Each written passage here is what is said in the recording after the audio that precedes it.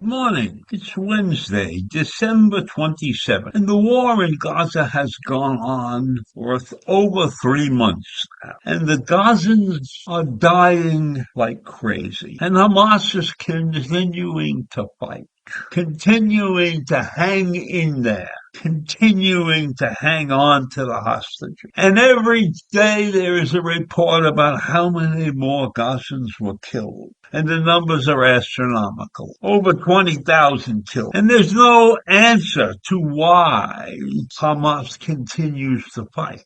They're not going to win this war, but for some reason they cannot do the right thing. And the right thing in my mind would be to surrender, give up the ghost.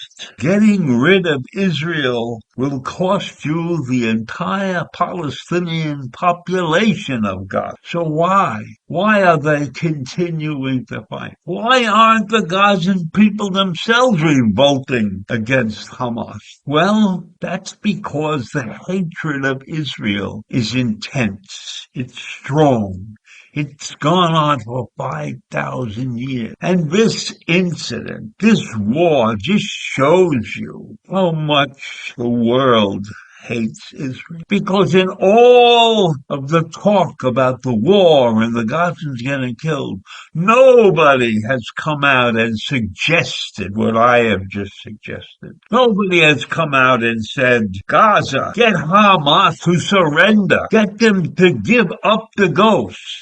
But no, that's not going to happen. But Egypt at least has come up with a 3-step plan. So let's take a review of this 3-step plan. Egypt revealed this plan on Sunday. This plan is supposed to end the ongoing war between Israel and Hamas.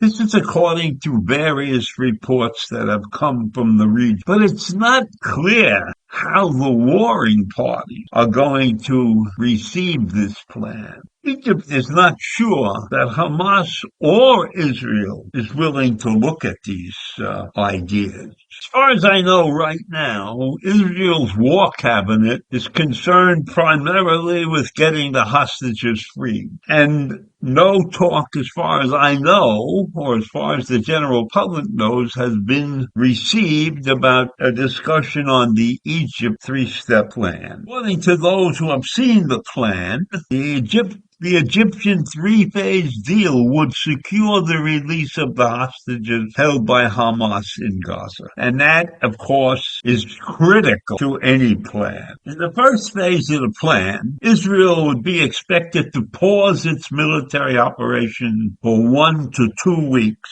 and for Hamas to release 40 hostages, including women and the elderly. That's according to a news correspondent who's close to the deal. Somebody with inside information, supposedly. The second part of the deal includes an agreement for the exchange of bodies of Hamas militants held by Israel for the bodies of the Israeli hostages held by Hamas. I don't know when they say the term bodies, whether they're talking about the dead or the living. In the third phase of the plan, it includes an all-for-all deal. It means that Israel would return 6,000 Palestinian prisoners in its jails for the remaining Israeli hostages, including the soldiers that Hamas is holding in captivity. So those are the 3 steps that Egypt believes should be taken to end this war. I don't agree with all those steps. I don't agree with giving back 6,000 of the Hamas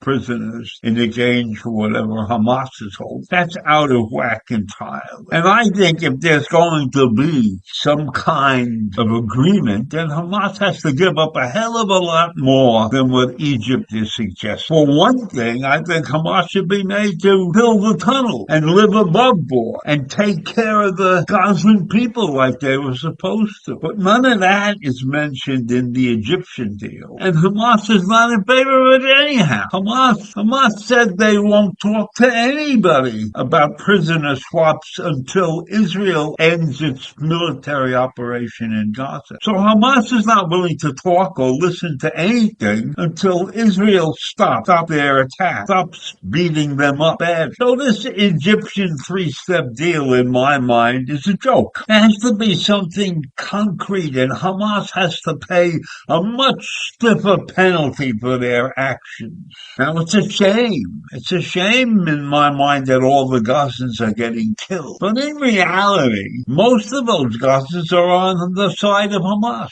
Why didn't the Gazans themselves revolt against Hamas?